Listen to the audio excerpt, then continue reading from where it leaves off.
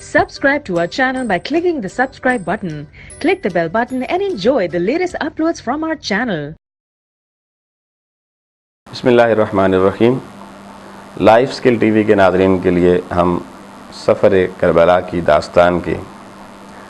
अगली किस्त के साथ आज हाजिर हैं।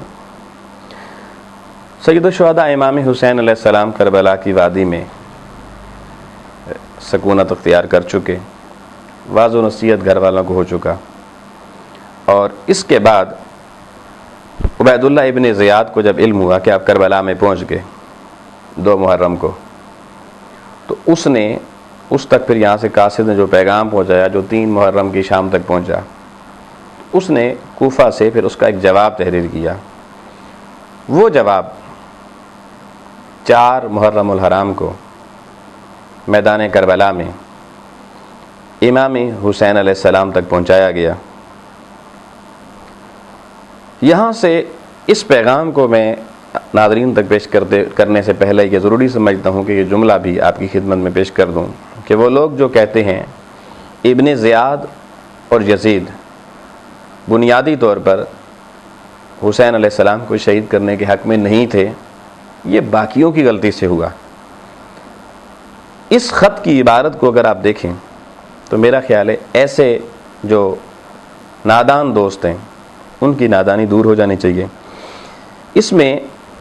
इब्न ज़ियाद ने लिखा कि लक़द बलगनी या हुसैन नुज़ूलिका बिकरबला वक़द कतब इलैया अमीरुल मोमिनीन यज़ीद, कि अलहासिल ये कि ए हुसैन मुझे आपके करबला पहुंचने की खबर मिल चुकी है और अमीर यज़ीद ने मुझे हुक्म दिया है कि मैं उस वक्त तक नरम तकिया पर सर रख के मत सोऊं, ना ही उम्दा खुराक खाऊं जब तक आपको कत्ल ना कर लूं,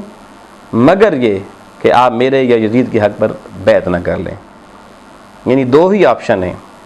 या बैत कर लेना या कत्ल कर देना।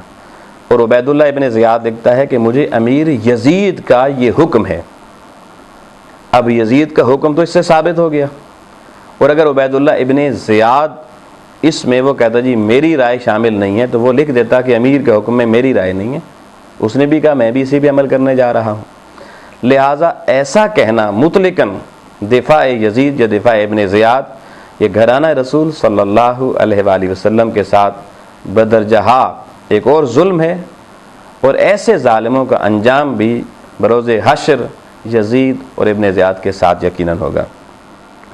अब ख़त का मज़मून ज़ाहिर कर रहा है कि ये एक बहुत बड़ी धमकी है जो सय्यदुश्शुहदा अलैहिस्सलाम को दी गई। आपने जब ये ख़त पढ़ा तो आपके दोशे मुबारका आपने थोड़े से उचकाए कंधे कि हैरत का इज़हार किया, और अपने लबों मुबारक से आपने जुमला इरशाद फरमाया कि वह कौम कभी कामयाब नहीं हो सकती जो अल्लाह खालिक हकीकी की नाराज़गी के एवज़ मखलूक की रजामंदी ख़रीदे। फिर खामोश हो गए। कासिद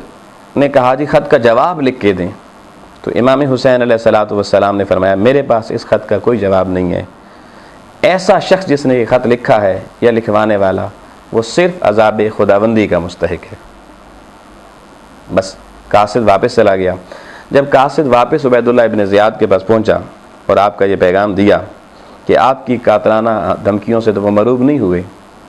और वो किसी कीमत पे भी यजीद की बैत नहीं करेंगे, और अब कोई चारा कार नहीं है सिवाय इसके कि अगर आप उनके साथ जंग करना चाहते हैं। तो इब्न ज़ियाद जो मरजाना लोंडी का बेटा था, और ये रिश्ते में यजीद के चचा का भी बेटा था, असल नाम इसका उबैदुल्लाह था, और इसका जो बाप था ये वही ज़ियाद है जिसने 55 या 56 हिजरी में जब सैयदना अमीर मुआविया ने यजीद की खिलाफत या हुकूमत के हवाले से अपने बाद जब कोई तज़किरा किया तो इसके बाप ने शदीद मुखालफत की थी। बाद अज़ां इब्न ज़ियाद को यजीद भी इसको कोई इतना पसंद नहीं करता था, लेकिन क्योंकि ये वो तो होशियार चालाक था, तो इसकी चालाकियों से उसकी चालों से फ़ायदा उठाने के लिए इसको बसरा की गवर्नरी के साथ साथ कूफा के गवर्नर नुमान बिन बशीर को मुअत्तल करके यहाँ का गवर्नर इसलिए बनाया गया, और लालच ये दी गई कि यजीद ने कहा कि जो मैं तुम्हें पसंद नहीं करता, अगर तू करबला के अंदर हुसैन को शहीद करके اور خانوادہ اہل بیت کو گرفتار کر کے میرے پاس لے آیا یا ان کی بیعت لے لی تو میں تجھے انعام اکرام دے کے تجھ سے راضی ہوں گا۔ اس لالچ میں مرجانہ لونڈی کی اس بیٹے نے اس ظلم و ستم کو کرنے کے لیے وہ تیار ہو گیا، اور ہر ممکن اس کے لیے قدم جو اس کو اٹھانا پڑا اس نے اٹھایا۔ تو 4 محرم الحرام کو اس نے، جہاں اس کا یہ خط امام حسین علیہ السلام کو آیا اور آپ نے اس کا یہ جواب دیا، اس کے ساتھ ساتھ اس نے دوسرا کام یہ کیا کہ عمر بن سعد، جس کو دیلمیوں کے علاقے میں ایران کے قریب ایک جگہ فوج بھیجنی تھی، کوئی علاقہ فتح کرنا تھا، عمر بن سعد 4000 کا لشکر لے کے وہاں جا رہا تھا۔ اس نے اس لشکر کو بھی روک کے عمر بن سعد کو کہا کہ دیلمیوں سے بعد میں نمٹیں گے، پہلے امام حسین اور ان کے ساتھیوں سے نمٹ لیں، آپ کربلا میں چلے جائیں۔ اور انعام اور لالچ یہ دیا عمر بن سعد کو کہ اگر آپ حسین علیہ السلام اور ان کے ساتھیوں کو یا بیعت پر مجبور کرنے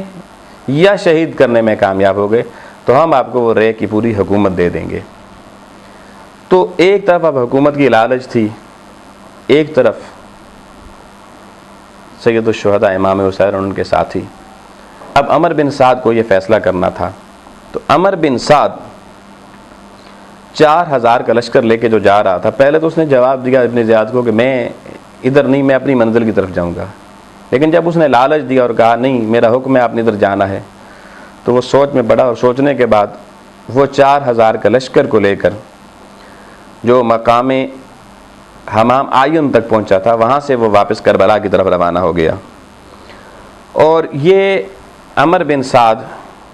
4 کی شام یا 5 محرم الحرام کو کربلا کے ریگستان میں فرات کے قریب امام حسین علیہ السلام اور ان کے ساتھیوں کے خیموں کے اپوزٹ تھوڑا فاصلے پر آ کر 4000 کے لشکر کے ساتھ جلوہ افروز ہو گیا یہ بھی۔ اور اس کے بعد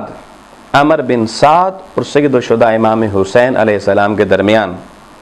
5 محرم الحرام اور 6 محرم الحرام کو گفتگو ہوئی، جس کو ہم اگلی اپنی گفتگو میں انشاءاللہ تعالی تفصیل سے ذکر کریں گے، جس میں وہ مذاکرات کا ایک فائنل راؤنڈ بھی سمجھ لیں کہ کوشش کی گئی صلح و صفائی کی۔ اور عمر بن سعد بھی بیسیکلی صحابی رسول حضرت سعد بن ابی وقاص کا بیٹا تھا، اور صلح پسند تھا، امن پسند تھا۔ لیکن ہم بتائیں گے کہ دنیا کی لالچ جب انسان کے ذہن پر بھوت بن کے سوار ہوتی ہے، اور دنیا کا مال، دنیا کی حکومت اور دنیا کی دولت جب یہ انسان کے اوپر سوار ہوتی ہے تو انسان کو کیسے اندھا، گونگا اور بہرا کر دیتی ہے